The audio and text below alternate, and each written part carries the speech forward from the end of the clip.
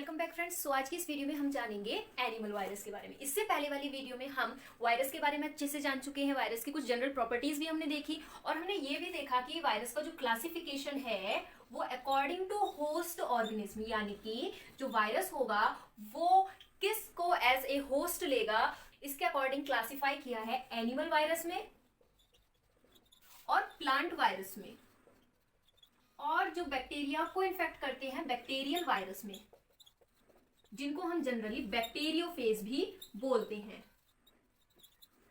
तो आज की इस वीडियो में हम एनिमल वायरस के बारे में डिस्कस करेंगे। एनिमल वायरस की जनरल प्रॉपर्टीज देखेंगे, हम पढ़ेंगे एनिमल वायरस की क्लासिफिकेशन की एनिमल वायरस को कैसे क्लासिफाई किया गया है, और देखेंगे कि एनिमल वायरस रेप्लिकेट कैसे करते हैं, यानी कि इनका रेप्लिकेशन। उसके बाद हम एनिमल वायरस की लाइफ साइकिल के बारे में भी पढ़ेंगे।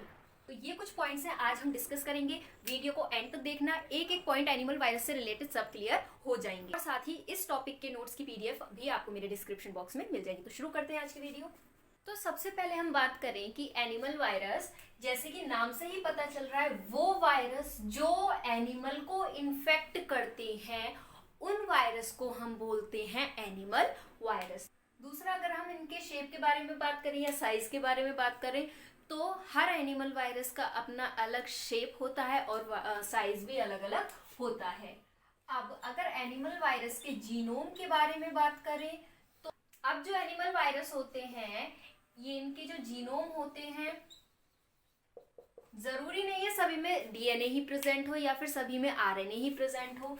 डीएनए भी हो सकता है, आरएनए भी प्रेजेंट हो सकता है। अब डीएनए सिंगल स्ट्रैंडेड भी हो सकता है, डबल स्ट्रैंडेड भी हो सकता है। आरएनए भी सिंगल स्ट्रैंडेड हो सकता है, डबल स्ट्रैंडेड हो सकता है। डीएनए सर्कुलर भी हो सकता है और लीनियर भी हो सकता है। आरएनए भी सर्कुलर भी हो सकता है और लीनियर भी हो सकता है। जो एनिमल वायरस होते हैं जरूरी नहीं है कि वो एनवलप्ड ही हो या फिर सारे नेक्ड हो, तो एनवलप्ड फॉर्म में भी होते हैं और नेक्ड फॉर्म में भी होते हैं। अब ये एनवलप्ड वायरस और नेक्ड वायरस क्या है, दोनों में डिफरेंस ये देख लेते हैं। तो एनवलप्ड वायरस कौन से होते हैं? वो वायरस जिनके न्यूक्लियोकैप्सिड के चारों तरफ लिपोप्रोटीन की कवरिंग होती है, तो उसको हम बोलते हैं एनवलप्ड वायरस। अब कुछ वायरस ऐसे भी होते हैं जो नेक्ड होते हैं।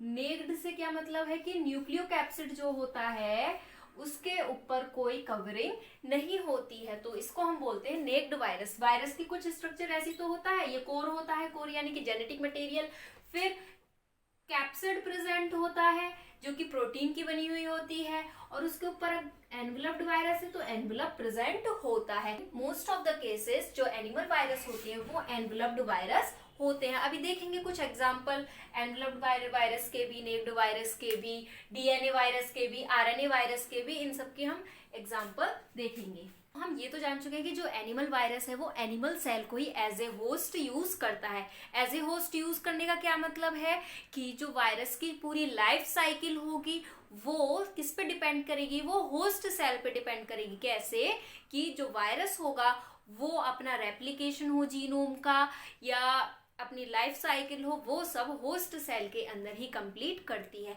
यही हम देखेंगे कि affect of animal virus on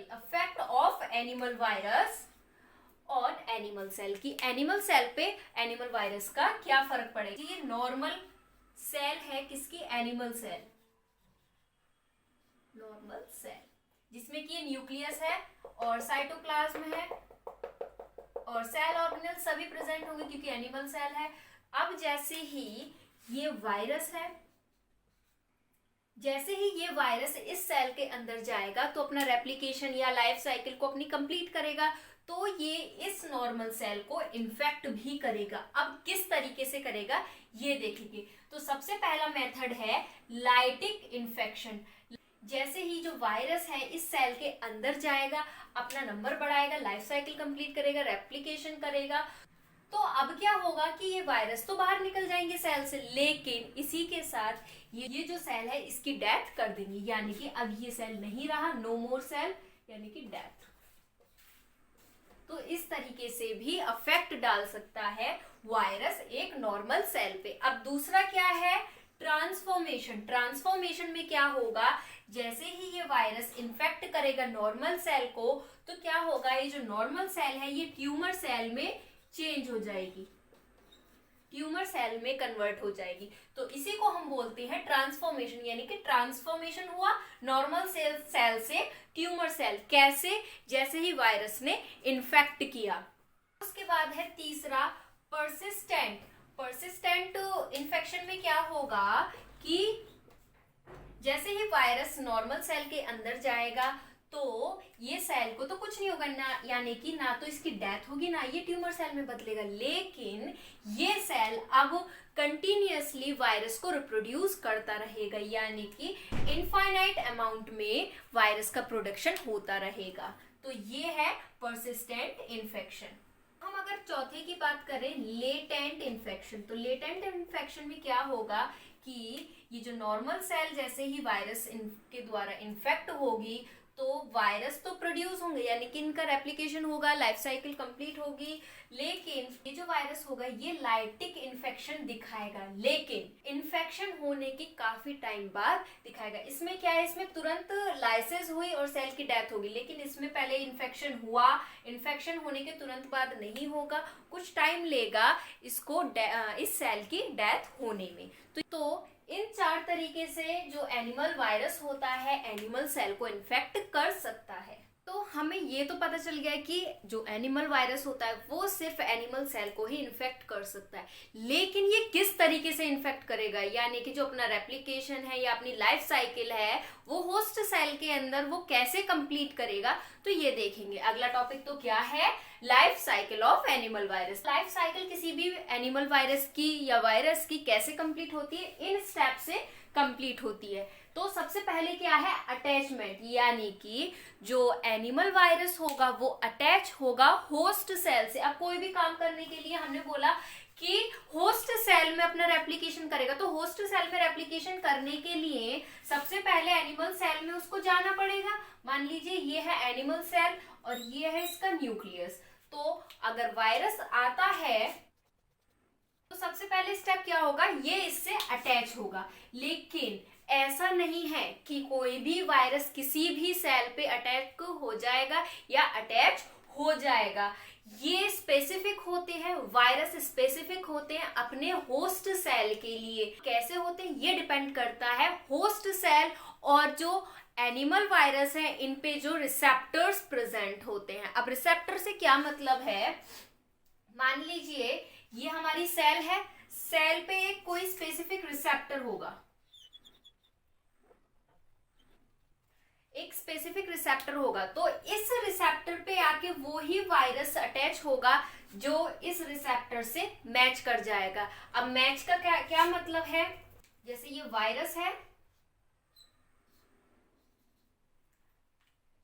और ये इसकी एनवलप है। एनवलप हमने पढ़ा था कि वायरस एनवलप्ड भी हो सकते हैं और नेक्ड भी हो सकते हैं। तो ये एनवलप्ड वायरस है, तो ये लिपोप्रोटीन की बनी हुई होती है और इन पे कुछ ग्लाइकोप्रोटीन प्रेजेंट होते हैं। ग्लाइकोप्रोटीन जैसे कि इस तरीके के, कैसे भी शेप हो सकते हैं, ये समझने के लिए सिंपल, इस तरीके से पूरे अटैच होते हैं। तो अब जैसे कि यहाँ पर ये इससे जाके अटैच हो जाएगा और प्रोसेस अटैचमेंट कंप्लीट हो जाएगी। इसको एक अच्छे से एग्जांपल के साथ समझते हैं, जैसे कि एचआईवी वायरस होता है। एचआईवी वायरस एनवलप्ड वायरस होता है, यानी कि ग्लाइकोप्रोटीन्स प्रेजेंट होती हैं GP120। ये जो एचआईवी वायरस है, एचआईवी वायरस की जो एनवलप होते हैं इन पे जो ग्लाइकोप्रोटीन प्रेजेंट होती हैं, तो ये ग्लाइकोप्रोटीन स्पेसिफिक होती हैं CD4 रिसेप्टर पे ही जाके अटैच हो सकती हैं सिर्फ। और CD4 रिसेप्टर कहाँ पर प्रेजेंट होते हैं, यानी कौन सी तरह की सेल में प्रेजेंट होते हैं, ये प्रेजेंट होते हैं टी लिम्फोसाइट यानी कि टी सेल्स, मैक्रोफेजेस।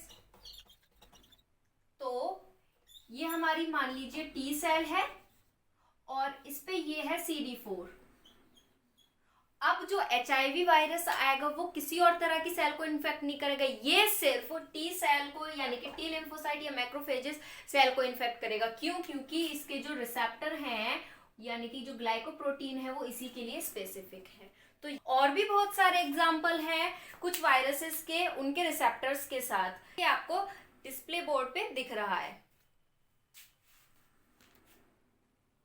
तो अब हमारा जो वायरस है वो अटैच हो चुका है होस्ट सेल से, यानी कि अटैचमेंट स्टेप हो चुका है। अब दूसरा स्टेप क्या है? पेनिट्रेशन। पेनिट्रेशन का क्या मतलब है कि वायरस होस्ट से अटैच तो हो गया है, अब इसको अंदर भी तो जाना जरूरी है, तो इसी को हम बोलेंगे पेनिट्रेशन। पेनिट्रेशन जो होता है वायरस का होस्ट सेल के अंदर, वो हर वायरस का अलग अलग हो सकता है। अब अलग अलग कैसे? तो इसमें कुछ 3 मेजर मेथड्स दिए हैं कि कैसे कैसे हो सकता है। सबसे पहले क्या है? Direct penetration.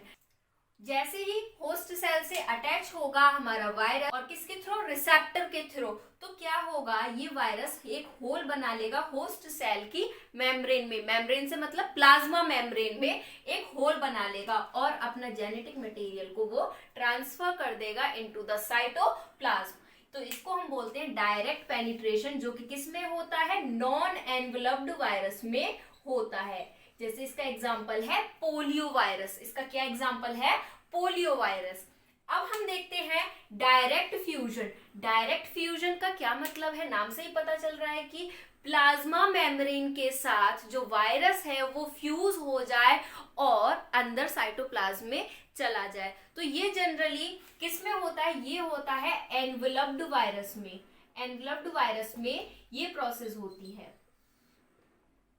और कैसे होगी? क्योंकि जो एनवेलप्ड वायरस होते हैं, अब जैसे कि काफी बार बता भी चुकी हूं कि एनवेलप्ड वायरस ये लिपोप्रोटीन यानी कि जो होस्ट सेल की मेम्ब्रेन होती है उसी मेम्ब्रेन की ये बनी हुई होती है, तो आइडेंटिफाई कर सकती है आसानी से। इसमें क्या होगा? जो वायरस का एनवेलप होगा वो फ्यूज हो जाएगा किसके साथ? होस्ट सेल के साथ। तो इसी को हमने बोला है direct fusion with animal plasma membrane. और जैसे इसका एग्जांपल क्या है? HIV virus. अभी देखा था HIV वायरस एनवेलप्ड होता है, तो उसमें पेनिट्रेशन किस तरीके से होता है? इस तरीके से होता है। अब हम आते हैं तीसरे मेथड पे, जो कि क्या है? Receptor mediated endocytosis. ये पेनिट्रेशन दोनों तरह की वायरस में हो सकता है, यानी कि एनवेलप्ड वायरस में भी हो सकता है और नेक्ड वायरस में भी हो सकता है। अब इसमें क्या डिफरेंस है कि जैसे ही वायरस रिसेप्टर से बाइंड करेगा तो वो रिसेप्टर के साथ ही अंदर साइटोप्लाज्म में चला जाएगा। तो ये है रिसेप्टर मीडिएटेड एंडोसाइटोसिस। अब जैसे एनवेलप्ड वायरस में कौन सा वायरस हो सकता है? Influenza virus. और नेक्ड वायरस में कौन सा वायरस हो सकता है? Adeno virus. इस तरह से पेनिट्रेशन होता है वायरस का into the host cell. Penetration के थ्रू हमारा वायरस अंदर जा चुका है। अब अगला स्टेप क्या होगा? और बहुत इंपॉर्टेंट स्टेप होगा रेप्लिकेशन। रेप्लिकेशन से मतलब कि जो अब वायरस का जेनेटिक मटेरियल है उसका रेप्लिकेशन होना जरूरी है। तो अब क्योंकि जेनेटिक मटेरियल हर वायरस में एक से तो होते नहीं है, किसी में DNA प्रेजेंट होता है, किसी में RNA प्रेजेंट होता है, किसी में डबल स्ट्रैंडेड DNA या सिंगल स्ट्रैंडेड DNA होता है, ऐसे ही डबल स्ट्रैंडेड RNA भी होता है, सिंगल स्ट्रैंडेड RNA भी होता है। तो जैसे इनके अलग अलग जेनेटिक मटेरियल है, इसी तरह से इनकी जो रेप्लिकेशन है वो भी अलग होगी। अब इस स्टेप को बहुत ध्यान से समझने की जरूरत है, क्योंकि बहुत कंफ्यूजन हो जाती है कि डबल स्ट्रैंडेड RNA या डबल स्ट्रैंडेड DNA में रेप्लिकेशन कैसे होगा, या सिंगल स्ट्रैंडेड। और सिंगल स्ट्रैंडेड भी एक तरह के नहीं, 2 तरह के, प्लस सेंस और माइनस सेंस के जो स्ट्रैंड्स होते हैं, इन दोनों में भी अलग अलग तरह की रेप्लिकेशन होती है। अब रेप्लिकेशन में क्या होगा? वायरस के रेप्लिकेशन में तो पहली चीज क्या देखेंगे हम इसमें? जीनोम। वायरस का जो जीनोम होगा वो कैसे बनेगा, और दूसरी ही साथ में हम पढ़ेंगे कैप्सिड फॉर्मेशन। जो वायरस है पूरा न्यूक्लियोकैप्सिड से मिलके बना हुआ है, यानी कि इसकी ये प्रोटीन कैसे बनेगी और अंदर का जेनेटिक मटेरियल कैसे बनेगा। तो हम रेप्लिकेशन में ये दोनों चीजें साथ में लेके चलेंगे। तो सबसे पहले हम देखते हैं वो वायरस जिनमें जीनोम किस तरीके का होता है।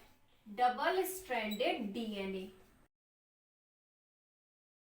अब क्या होगा, जैसे ही होस्ट सेल के अंदर ये जीनोम ट्रांसफर हो जाएगा तो ये डबल स्ट्रैंडेड डीएनए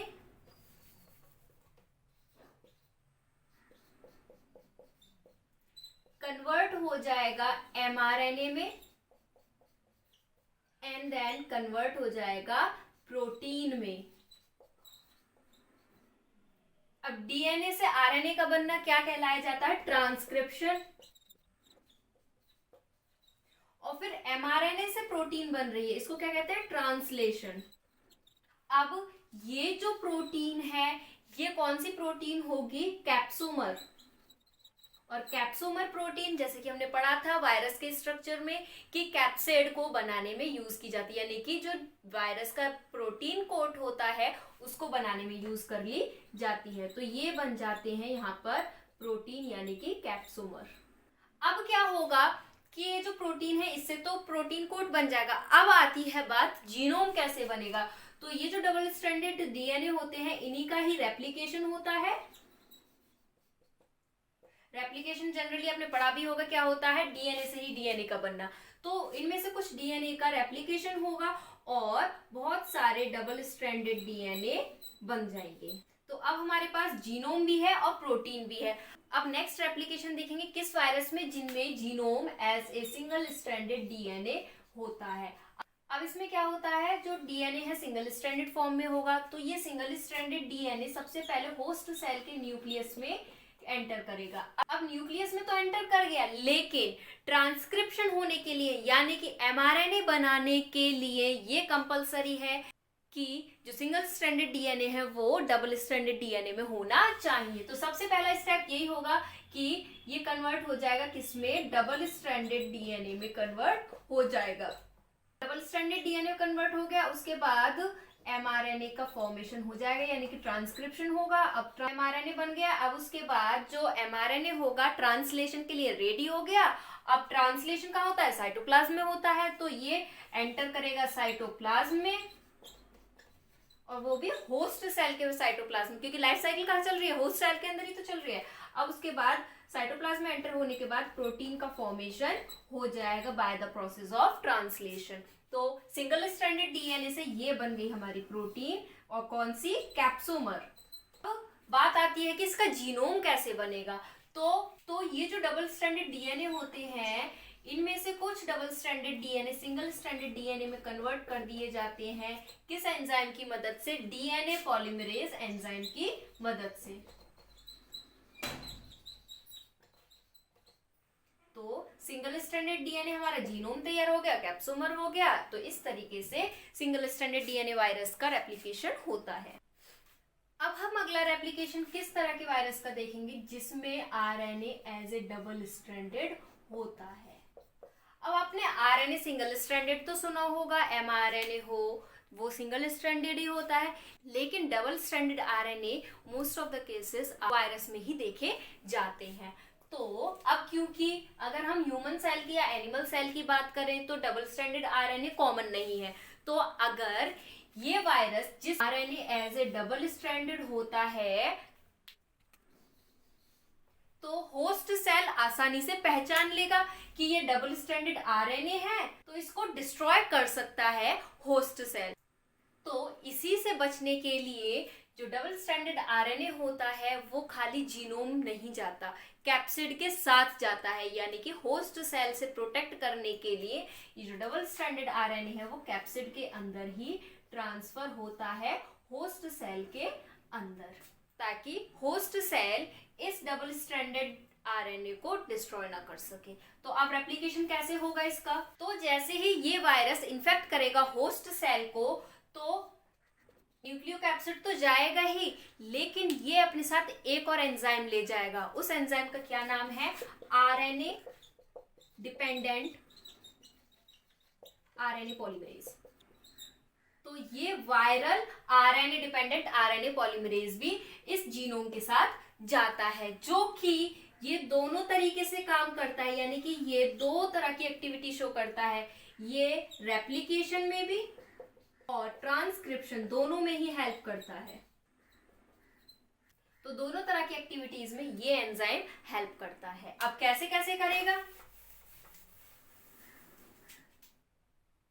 तो डबल स्ट्रैंडेड आरएनए में नेगेटिव सेंस और पॉजिटिव सेंस प्रेजेंट होते हैं, ये तो पता है। अब इन दोनों में क्या डिफरेंस है ये भी हमें पता है। तो क्या है डिफरेंस कि जो पॉजिटिव सेंस आरएनए होता है वो डायरेक्ट राइबोसोम के पास जा सकता है और ट्रांसलेशन करवा सकता है, यानी कि प्रोटीन बना सकता है, जिस प्रोटीन से क्या बनेगा, कैप्सिड बनता है। लेकिन जो नेगेटिव सेंस आरएनए होता है वो क्या करता है कि वो डायरेक्ट राइबोसोम के पास नहीं जा सकता, जिसकी वजह से प्रोटीन का फॉर्मेशन नहीं हो सकता। तो सबसे पहला स्टेप होगा कि जो डबल स्ट्रैंडेड आरएनए होता है ये बनाएगा सबसे पहले पॉजिटिव सेंस आरएनए।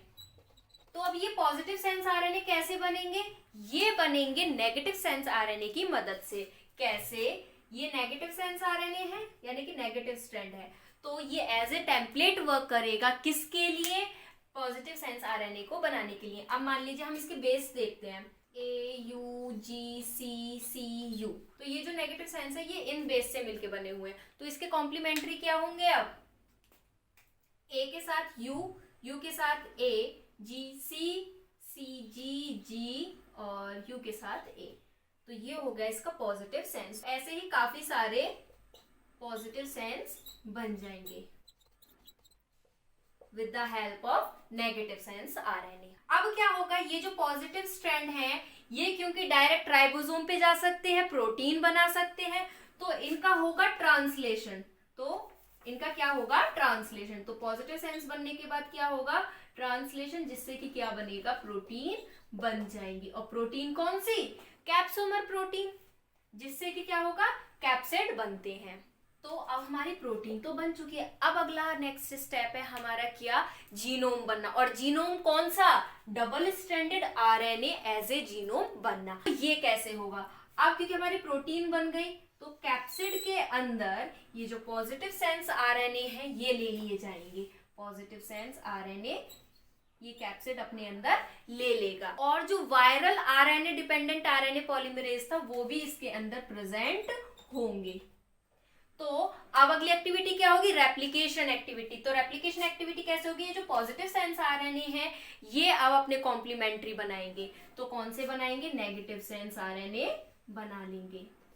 अगर हम इनके बेस पेयर्स देखें तो जैसे ये पॉजिटिव सेंस है तो ये अपने कॉम्प्लीमेंट्री बनाएगा। क्या बनाएगा? AUGCCU। तो ये बना लिए इसने अपने नेगेटिव सेंस आरएनए। और किस एंजाइम की मदद से?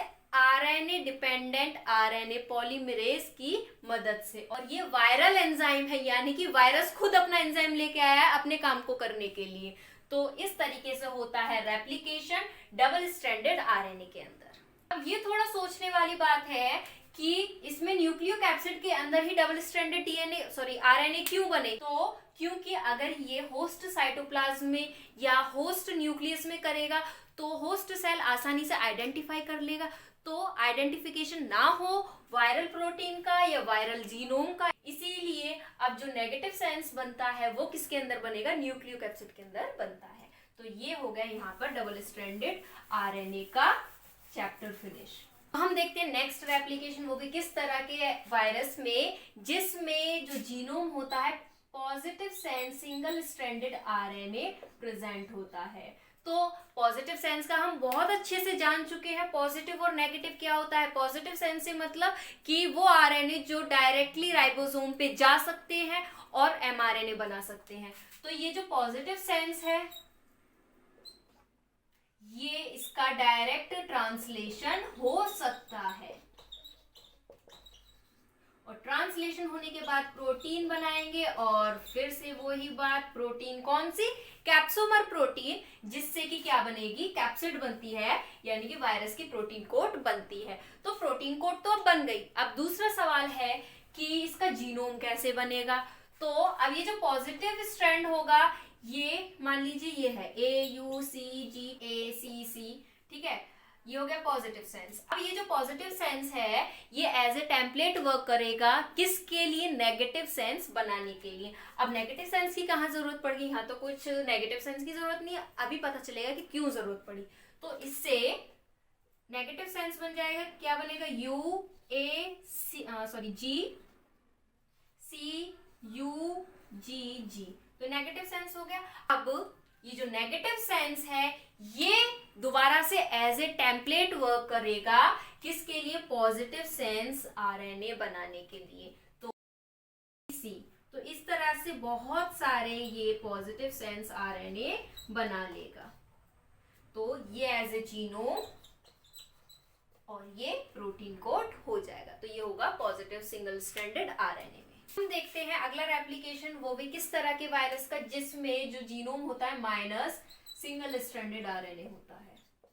अब इसमें क्या होगा, इसमें क्योंकि नेगेटिव सिंगल स्ट्रैंडेड आरएनए है, नेगेटिव सेंस है, तो प्रोटीन बना नहीं सकता डायरेक्टली। तो सबसे पहला स्टेप यही होगा, ये जो नेगेटिव सेंस आरएनए है ये बनाएगा पॉजिटिव सेंस आरएनए।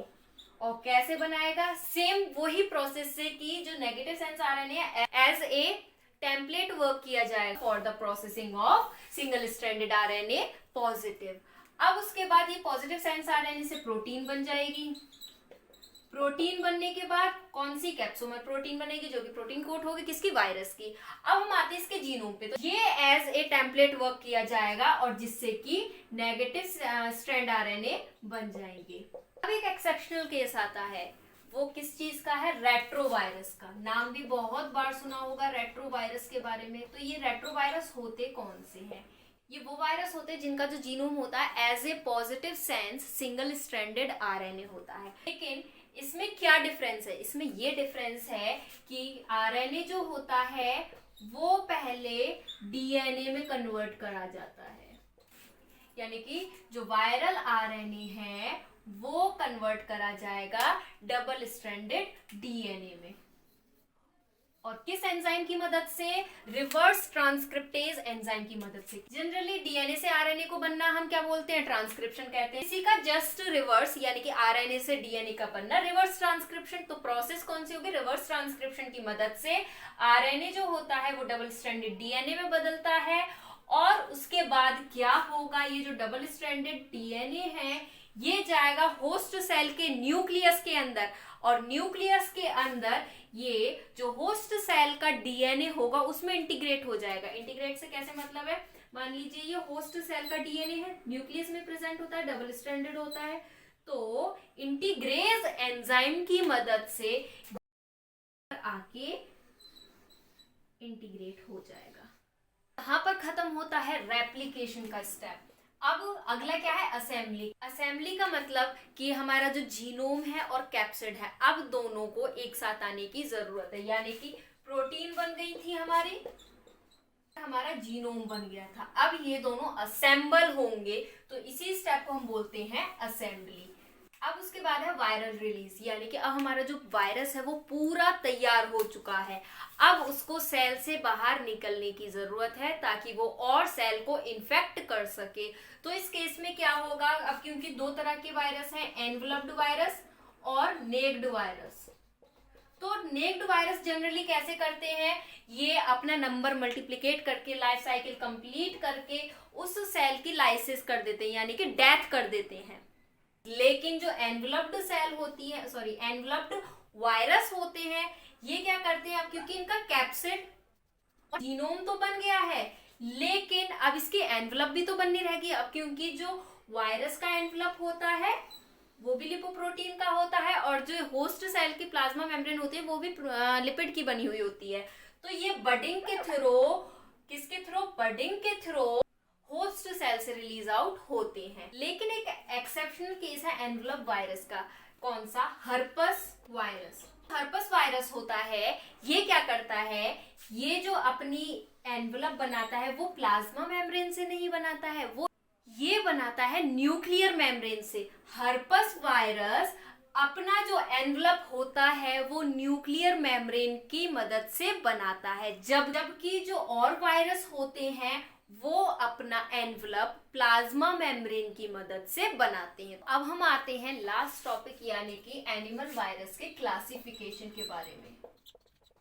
तो एनिमल वायरस का जो क्लासिफिकेशन हुआ है वो जीनोम के असेंबली की वजह से हुआ है, यानी कि किस पैरामीटर पे हुआ है कि वायरस के अंदर जीनोम किस तरीके का प्रेजेंट होता है। तो अभी हमने देखा था रेप्लिकेशन में कितने सारे जीनोम प्रेजेंट होते हैं, आरएनए और डीएनए की फॉर्म में तो होती है, उसमें भी वेरिएशन है कि डबल स्ट्रैंडेड है, सिंगल स्ट्रैंडेड है, सर्कुलर, लीनियर वगैरह वगैरह इतने सारे होते हैं। तो इसी पैरामीटर की बेस पे क्लासिफिकेशन हुआ है एनिमल वायरस का, और इस क्लासिफिकेशन को क्या बोला गया है, बाल्टीमोर क्लासिफिकेशन या फिर बाल्टीमोर सिस्टम। तो according to this system the animal virus are classified into 7 classes या फिर 7 ग्रुप्स। तो पहला आता है क्लास 1 यानी क्लास फर्स्ट। इसमें कौन से वायरस आते हैं, वो वायरस जिनका जो जीनोम है वो डबल स्ट्रैंडेड डीएनए होता है। अब ये क्लास भी 2 पार्ट में डिवाइड की गई है कि हमने देखा था डबल स्ट्रैंडेड डीएनए का जो रेप्लिकेशन होता है वो न्यूक्लियस के अंदर भी हो सकता है और साइटोप्लाज्म में भी हो सकता है, होस्ट सेल के। तो इसी के अकॉर्डिंग 2 पार्ट में डिवाइड किया है। पहला है क्लास 1A, जिनके वो वायरस आते हैं जो न्यूक्लियस के अंदर अपना रेप्लिकेशन करते हैं। किसमें, न्यूक्लियस के अंदर करते हैं, इनसाइड न्यूक्लियस।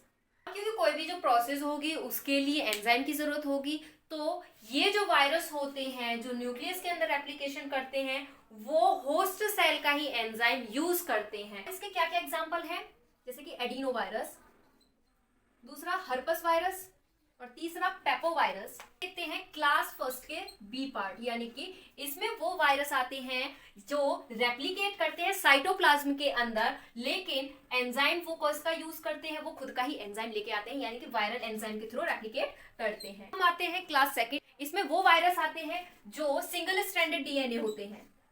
क्लास सेकंड में वो वायरस जिनका genome as a single stranded DNA present होता है। एग्जांपल जैसे कि पैरवो वायरस,